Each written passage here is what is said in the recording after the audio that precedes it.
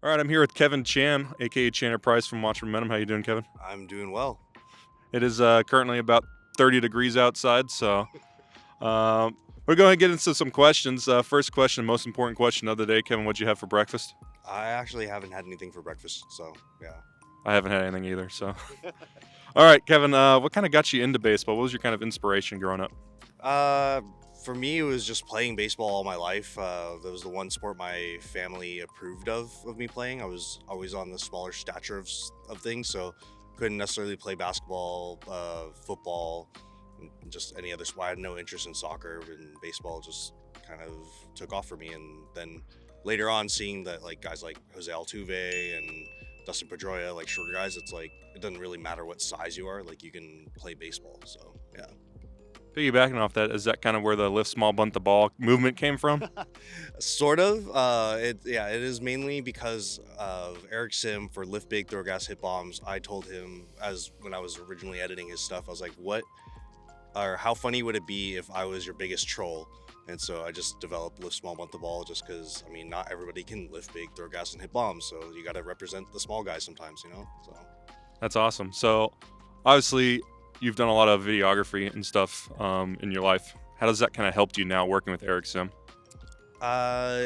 if anything else, it helped me have just like an eye for like angles and knowing certain things for like baseball related. So like if we're hitting on a field, I know I can stand like somewhere directly behind him versus like we've had some people that we like freelance and they're literally sitting in front of him while he's hitting, and it's like you can't do that.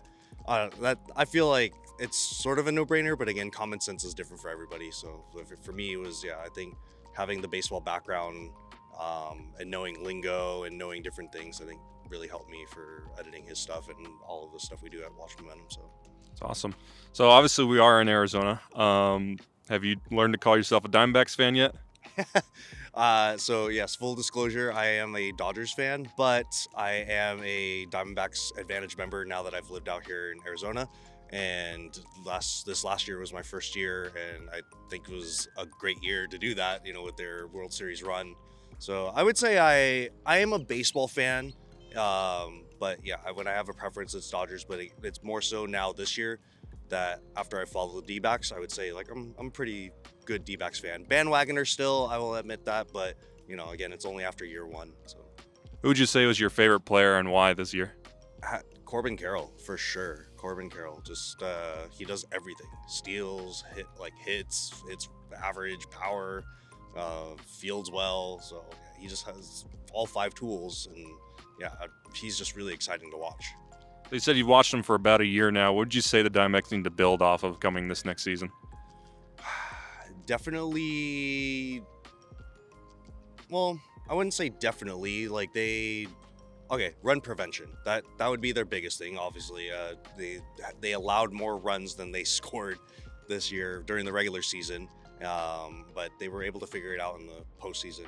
But yeah, if anything else, they just need some better pitching.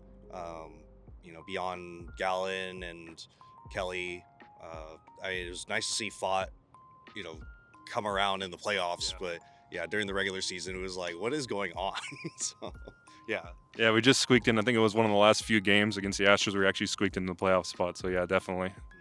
And then one last thing. So obviously you guys have had, as Momentum, had a really big year last year. What do you say was your favorite moment from 2023, and what goals do you have for 2024? Favorite moments? I think our Japan trip was great, but the content didn't relate to a lot of people. If anything else, our homemade series was always great. That I was always excited to be a part of those and see what people wanted us to do besides Eric's concrete. If anything else, for our goals for 2024 is just to keep going and keep getting bigger. The content is as biased and being behind the scenes. I think we're doing a better job of knowing what we can do for better entertainment and make our videos interesting. So I'm excited for all the stuff that we have. Can't reveal too much, but yeah. That's awesome. And then one last thing: anybody that's trying to get into the baseball world or videography, what would be your advice to them?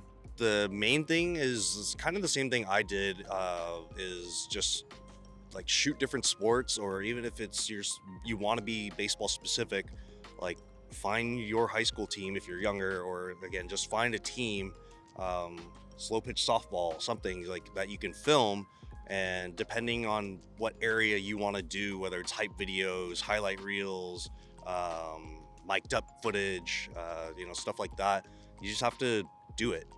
If anything else, like it's you're learning from your own mistakes, so the more you do it, the more practice you get. That's my biggest advice, is just keep doing that and network and get to know people. So, Awesome. Any closing remarks, Kevin? live small, bunt the ball, and chicks dig OBP. So Thanks, Kevin, so much. yeah, thank you.